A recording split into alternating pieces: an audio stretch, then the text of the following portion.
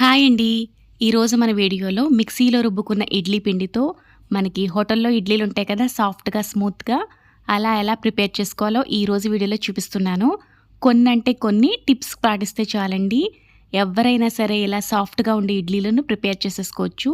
ఎలాంటి సోడాలు వేయక్కర్లేదు. సింపుల్‌గా మిక్సీలో రుబ్బుకుంటే చాలు. ఇలా సాఫ్ట్ ఇడ్లీలు మనకి రెడీ అయిపోతాయి. ఇప్పుడు వీటిని ఎలా ప్రిపేర్ చేసుకోవాలో చూసేద్దాం. ముందుగా ఒక కప్పు మినపగుళ్ళను తీసుకుని వీటిని శుభ్రంగా 2, 3 సార్లు వాష్ చేసుకోవాలి.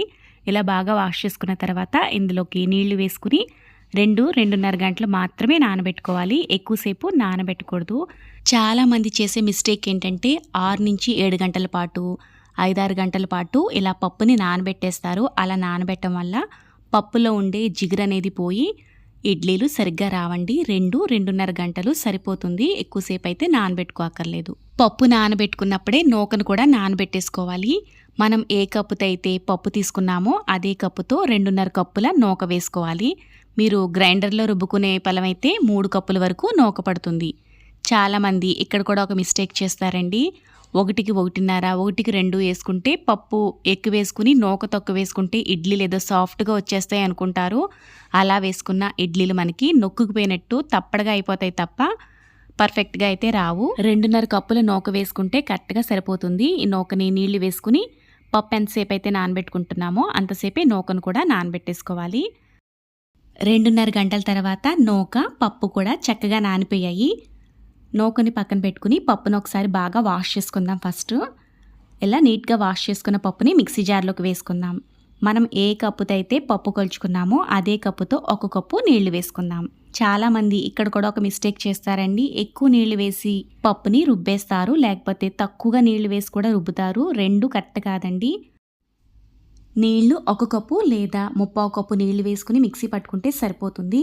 ఇప్పుడు నూకను కూడా శుభ్రంగా వాష్ చేసుకోవాలండి. ఇందులో ఉండే పిండి ఉంటుంది కదా, కొద్దిగా వైట్ కలర్లో వస్తుంది. ఆ పిండి లేకుండా బాగా 2-3 సార్లు వాష్ చేసుకోవాలి. ఇలా వాష్ చేసుకున్న తర్వాత వాటర్తో కలిపి వేసుకోకుండా వాటర్ అంతా ఇలా పిండుకుని వేసుకోవాలి. చాలామంది ఇక్కడ మిస్టేక్ చేస్తుంటారండి. పిండి గ్రైండర్లో రుబ్బుకున్నప్పుడు, మిక్సీలో రుబ్బుకున్నప్పుడు పప్పు నలిగిపోయాక నూకను వేసి 1-2 నిమిషాలు మిక్సీలో కానీ గ్రైండర్లో కానీ రుబ్బితే గట్టిగా వచ్చేస్తాయండి ఇడ్లీలు. అలా అస్సలు రుబ్బకూడదు. ఇలా నూకని పిండుకున్న తర్వాత వాటర్ లేకుండా ఇలా ఈ వీడియోలో చూపిస్తున్నట్లుగా ఇలా చక్కగా పిండుకోవాలి వాటర్ని. ఇడ్లీ పిండి రుబ్బుకునేటప్పుడు కొంతమంది ఒక మిస్టేక్ చేస్తూ ఉంటారు. అదేంటంటే ఇడ్లీ పిండి ఎక్కువసేపు వేడెక్కిపోయేలా మిక్సీ పట్టుకుంటారు. అలా కాదు, 5 లేకపోతే 6 నిమిషాలు మిక్సీ పట్టుకుంటే సరిపోతుంది. పిండి అయితే మనకి చక్కగా నలిగిపోతుంది. మరీ ఎక్కువసేపు మిక్సీ పట్టుకున్న కరెంటు వేడి కదా, వేడికి పిండిలో ఉన్న జిగురంతా మనకి పోయి పిండి అనేది సరిగ్గా ఉండదు. నీళ్లలో వేసుకుంటే ఇలా ఇడ్లీ పిండి పైకి తేలాలి. ఇప్పుడు మనకి పిండి అనేది కరెక్ట్గా ఉన్నట్టండి. ఇప్పుడు ఈ పిండిని నూకలో వేసేసుకుని అంతా కలిసేలా బాగా కలిపేసుకుందాం.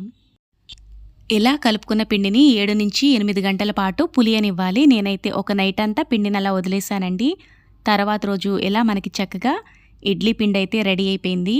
ముందు రోజు ఇందులో సాల్ట్ వేసుకోకూడదు. తర్వాత రోజు మనం వాడుకునేటప్పుడు మాత్రమే ఇందులో రుచికి సరిపడా సాల్ట్ వేసుకుని ఒకసారి అంతా కలిసేలా బాగా కలుపుకోవాలి. ఇలా రుబ్బుకున్న పిండి 2 రోజుల పాటు ఫ్రెష్గా ఉంటుందండి ఫ్రిడ్జ్లో పెట్టుకుంటే. అంతకన్నా ఎక్కువగా వాడుకున్న పిండి మనకి కింద వాటర్ కింద వచ్చేసి సరిగా ఉండదు. 2 రోజులు ఫ్రెష్గా ఉంటుంది. మనం మిక్సీలోనే రుబ్బుకుంటున్నాం కాబట్టి 2 రోజులకు కావాల్సినంత పిండిని ఒకసారి రుబ్బేసుకోవచ్చు. ఈజీ కదా మిక్సీలో రుబ్బుకోవడం. సో ఎప్పటికప్పుడు ఫ్రెష్గా మనం మిక్సీలో ఇలా పిండిని ప్రిపేర్ చేసుకోవచ్చండి. పిండి గట్టిగా ఉంటే కొంచెం నీళ్లు వేసుకుని కలుపుకోవాలి. ఇక్కడ నాకు పిండి కొంచెం గట్టిగా అనిపిస్తుంటే కొంచెం నీళ్లు వేసి కలుపుకుంటున్నాను. పిండి కన్సిస్టెన్సీ అనేది ఇలా ఉండాలి. ఈ వీడియోలో చూపిస్తున్నట్లుగా మరీ గట్టిగా ఉండకూడదు, అలా అని మరీ లూజ్గా కూడా ఉండకూడదు. ఇలా కలుపుకున్న తర్వాత ఇప్పుడు మనం ఇడ్లీలను వేసేసుకుందాం. మనకి ఎన్ని ప్లేట్స్లో ఇడ్లీలు కావాలో అన్ని ప్లేట్స్లో ఇడ్లీలను వేసేసుకుని ఇడ్లీ ఉడికించుకునే పాత్రలో నీళ్లు వేసుకుని మొదటి 2-3 నిమిషాలు హై ఫ్లేమ్లో పెట్టుకుని తర్వాత మీడియం ఫ్లేమ్లో పెట్టుకుని ఉడికించుకుంటే ఇడ్లీలు మనకి ఇలా పర్ఫెక్ట్గా ఉడికిపోతాయి. ఇక్కడ ఇడ్లీలు అయితే మనకి రెడీ అయిపోయాయి. ఉడికాయో లేదో ఒకసారి చెక్ చేసుకోవాలి. చేతికి తడి చేసుకుని ఇలా చూసుకుంటే చేతికి ఏమీ అంటుకోకపోతే మనకి ఇడ్లీలు అయితే రెడీ అయిపోయాయి. ఇప్పుడు స్టవ్ ఆఫ్ చేసేసుకుని ఇడ్లీలను తీసేసుకుని ప్లేట్లోకి తీసుకుందాం. ఇడ్లీలు చూసారు కదా, చాలా పర్ఫెక్ట్గా వచ్చాయి. చాలా ఈజీగా మనకి సెపరేట్ అయిపోతున్నాయి. మీరు కూడా ఈ టిప్స్ అండ్ ట్రిక్స్ పాటిస్తూ ఇడ్లీలను ప్రిపేర్ చేసుకుని మీకు ఎలా వచ్చాయో కామెంట్ చేయండి. ఈ వీడియో కనుక మీకు నచ్చితే లైక్ చేసి ఇలాంటి మరిన్ని వీడియోల కోసం కొత్తగా చూసేవాళ్ళైతే ఛానల్ని సబ్స్క్రైబ్ చేసుకోండి.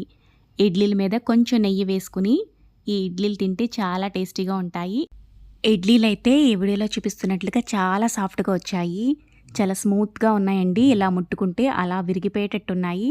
ఏ చట్నీతో తిన్నా ఇడ్లీలు చాలా బాగుంటాయి. సింపుల్గా ఇలా పల్లి చట్నీతో తింటే అద్భుతంగా ఉంది. Thank you for watching friends. Bye bye.